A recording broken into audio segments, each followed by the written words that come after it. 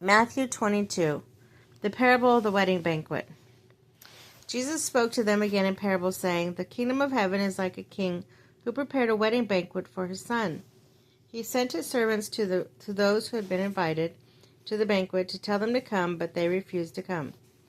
Then he sent some more servants and said, 'Tell those who have been invited that I have prepared my dinner. My oxen and fatted cattle have been butchered. Everything is ready. Come to the wedding banquet.' But they paid no attention and went off, one to his field and another to his business. The rest seized his servants, mistreated them, and killed them. The king was enraged. He sent his army and destroyed those murderers and burned their city. Then he said to his servants, 'The wedding banquet is ready, but those I invited did not deserve to come. So I go to the street corners and invite the banquet to anyone you find.' So the servants went out to the streets and gathered all the people they could find, the bad as well as good, and the wedding hall was filled with guests. But when the king came to see the guests, he noticed a man who was not wearing wedding clothes. He asked, 'How did you get in here without wedding clothes, friend?' The man was speechless. Then the king told the attendants, 'Tie him hand and foot and throw him outside into the darkness, where there will be weeping and gnashing of teeth.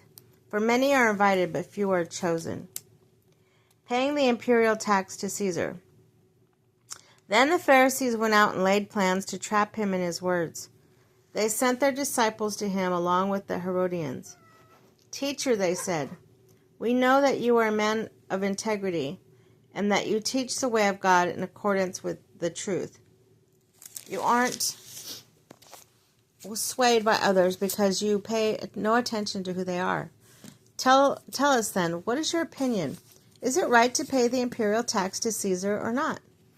But Jesus said, knowing their evil intentions, "You hypocrites, why are you trying to trap me? Show me the coin used for paying the tax." They brought to him a denarius, and he asked them, "Whose image is on this? Whose inscription?" "Caesar's," they replied. Then he said to them, "So give back to Caesar what is Caesar's, and to God what is God." When they heard this, they were amazed. So they left him and went away. Marriage and resurrection.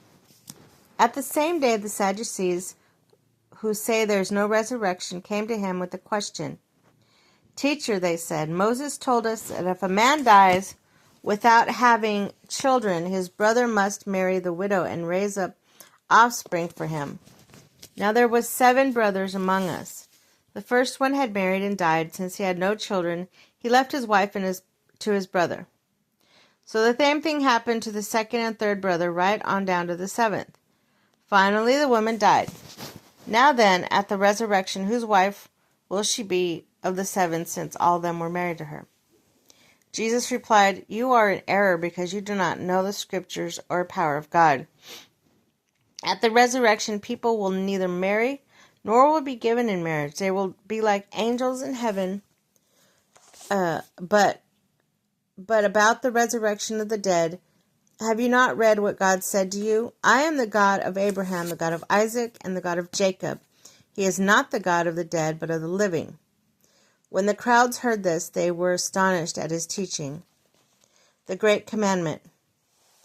Hearing that Jesus had silenced the Sadducees, the Pharisees got together. One of them, an expert at law, tested him with this question: "Teacher, which is the greatest commandment in the law?" And Jesus replied, "Love the Lord your God with all your heart, with all your soul, with all your mind. This is the first and greatest commandment. And the second is like it. Love your neighbor as yourself. And all the law and the prophets hang on these 2 commandments." Whose son is the Messiah? While the Pharisees were gathered together, Jesus asked them, "What do you think about the Messiah? Whose son is he?" "The son of David," they replied. He said to them, "How is it then that David, speaking by the Spirit, calls him Lord? For he says, 'The Lord said to my Lord, Sit on my right hand until I put your enemies under your feet. If David calls him Lord, how can he be his son?